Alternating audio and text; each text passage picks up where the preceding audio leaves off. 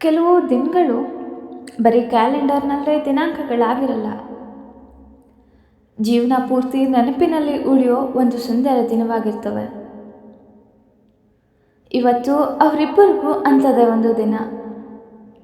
ಸುಮಾರು 18 ವರ್ಷಗಳ ನಂತರ ಸ್ನೇಹ ಜ್ಯೋತಿಯಲ್ಲಿ ಮತ್ತೆ ಮದುವೆ ಸಂಭ್ರಮ ಮುಳುಗ್ತಿದೆ.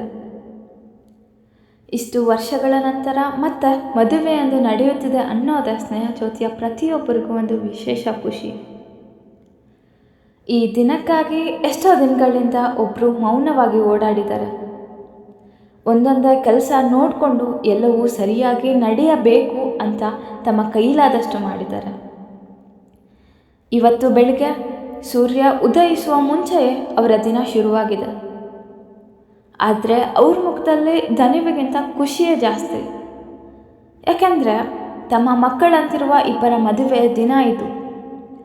ಫಾದರ್ ಚಾಕೋ ಅವರಿಗೂ ಇದು ಬರೀ ಒಂದು ಕಾರ್ಯಕ್ರಮ ಅಲ್ಲ, ತಿಂಗಳುಗಳಿಂದ ಮನಸ್ಸಿನಲ್ಲಿ ಇಟ್ಟುಕೊಂಡಿದ್ದ ಒಂದು ಜವಾಬ್ದಾರಿ ಇವತ್ತು ಸುಂದರವಾಗಿ ನೆರವೇರುತ್ತಿರುವ ಒಂದು ಸಂತೋಷ.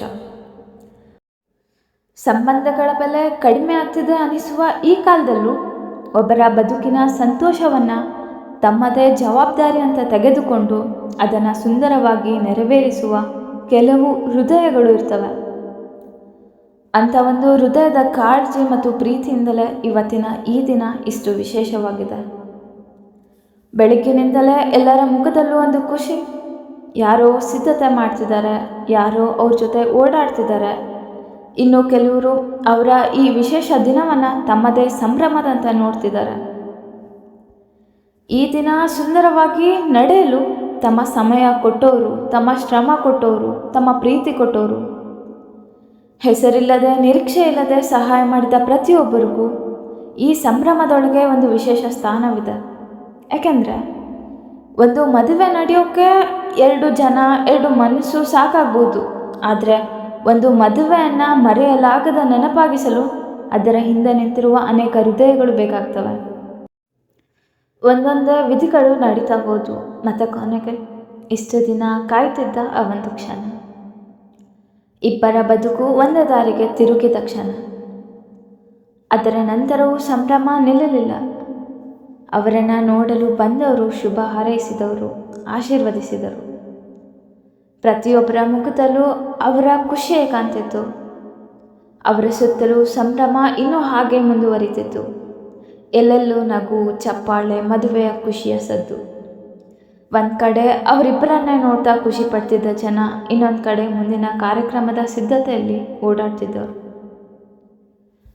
ಆ ದಿನದ ಪ್ರತಿಯೊಂದು ಕ್ಷಣವೂ ಒಂದು ನೆನಪಾಗಿ ಉಳಿತಾ ಹೋಯಿತು. ಕೊನೆಗೆ ಎಲ್ಲರೂ ಒಟ್ಟಿಗೆ ಕೂತು ಊಟ ಮಾಡ್ತಿರುವಾಗ ಒಂದು ವಿಷಯ ಮಾತ್ರ ಅನ್ನಿಸ್ತು. ಇಷ್ಟು ಜನ, ಇಷ್ಟು ನಗು, ಇಷ್ಟು ಆತ್ಮೀಯತೆ, ಇವೆಲ್ಲವೂ ಸೇರಿ ಇಂದಿನ ದಿನವನ್ನು ಅವರಿಬ್ಬರ ಜೀವನದ ಒಂದು ವಿಶೇಷ ಅಧ್ಯಾಯವನ್ನಾಗಿ ಮಾಡಿಬಿಟ್ಟಿದೆ. ಮತ್ತು ಈ ದಿನದ ಹಿಂದೆ ನಿಂತ ಪ್ರತಿಯೊಂದು ಕೈಗೂ, ಪ್ರಾರ್ಥಿಸಿದ ಪ್ರತಿಯೊಂದು ಹೃದಯಕ್ಕೂ, ಸಹಾಯ ಮಾಡಿದ ಪ್ರತಿಯೊಬ್ಬರಿಗೂ ಮನದಾಳದ ಧನ್ಯವಾದ. ಯಾಕೆಂದರೆ ಒಬ್ಬರ ಬದುಕಿಗೆ ಬೆಳಕು ಬರೋಕ್ಕೆ ಒಬ್ಬರ ಪ್ರಯತ್ನ ಸಾಕಾಗಲ್ಲ, ಅದಕ್ಕೆ ಜೊತೆಗಿರುವ ಒಳ್ಳೆಯ ಮನಸ್ಸುಗಳು ಬೇಕು. ಮದುವೆ ಅಂದರೆ 2 ಜನರ ಬದುಕು ಒಂದಾಗೋದು ಮಾತ್ರ ಅಲ್ಲ, ಅವರ ಸಂತೋಷವನ್ನು ತಮ್ಮ ಸಂತೋಷದಂತೆ ಆಚರಿಸುವ ಇಷ್ಟೂ ಹೃದಯಗಳು ಅವರ ಸುತ್ತ ಇರುವುದು ಕೂಡ.